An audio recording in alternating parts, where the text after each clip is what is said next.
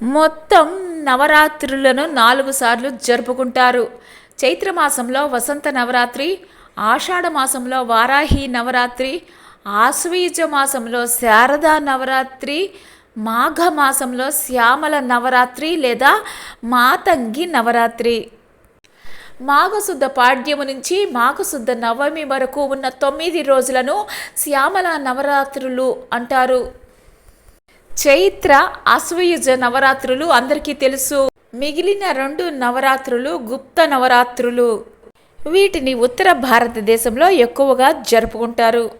గుప్త నవరాత్రులు అంటే సాధారణ పూజలు, వ్రతాల మాదిరిగా అందరినీ పిలిచి చేయరు. వీటిని చాలా రహస్యంగా చేసుకుంటారు. గుప్త నవరాత్రులలో 9 రోజుల పాటు దుర్గా అమ్మవారిని 9 రూపాలలో అంటే నవదుర్గలలాగా అలంకరించి పూజలు చేస్తారు. దక్షిణ భారతదేశంలో ఈ నవరాత్రులను శ్యామల నవరాత్రులుగా జరుపుకుంటారు. ఈ నవరాత్రులను అందరూ జరుపుకుంటారు. ఈ నవరాత్రులు ఎంతో విశేషమైనవి. శ్యామలాదేవి తిరుగాడే నవరాత్రులలో అమ్మవారిని భక్తి శ్రద్ధలతో పూజిస్తే మంచి ఉద్యోగాలు, ఉన్నత పదవులు, విద్య, ఐశ్వర్యం లభిస్తాయి.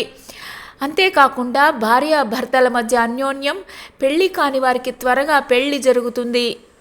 భండాసురుడు అనే రాక్షసుడిని సంహరించటానికి ఆది పరాశక్తి శ్రీ లలితాదేవిగా ఉద్భవించింది. బ్రహ్మాది దేవతలను మరలా నూతనంగా సృష్టించే క్రమంలో శ్యామలాదేవిని సృష్టించి 16 మంది మంత్రులలో శ్యామలాదేవిని ప్రధానమంత్రిగా నియమిస్తుంది. ఆ కారణం చేతనే శ్యామలాదేవిని మంత్రిణీ దేవి అని కూడా అంటారు. ఈ తల్లిని దశ మహావిద్యల్లో మాతంగి అని పిలుస్తారు.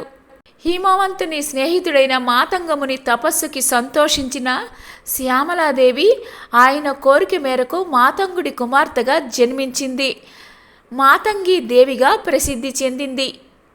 ఈవిడకు నీల సరస్వతి, గేయ చక్రవాసిని, లఘు శ్యామల, వాగ్వాదిని శ్యామల, నకుల శ్యామల, హసంతి శ్యామల, సర్వసిద్ధి మాతంగి, వాస్య మాతంగి, సారిక శ్యామల, సుఖ శ్యామల, రాజమాతంగి అని ఎన్నో పేర్లు ఉన్నాయి. ఈ దేవికి నిత్య పూజతో పాటు శ్యామల అష్టోత్తరం, శ్యామల షోడశ నామాలతోటి కుంకుమార్చన చేయాలి.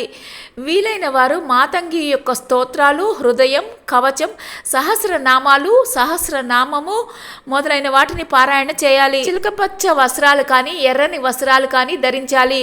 ఎరుపు రంగు పూలతోటి అలంకరణ చేసుకోవాలి. ప్రసాదంగా పాయసాన్ని నివేదన చేయాలి. శ్యామల షోడశ నామ స్తోత్రం పఠించాలి.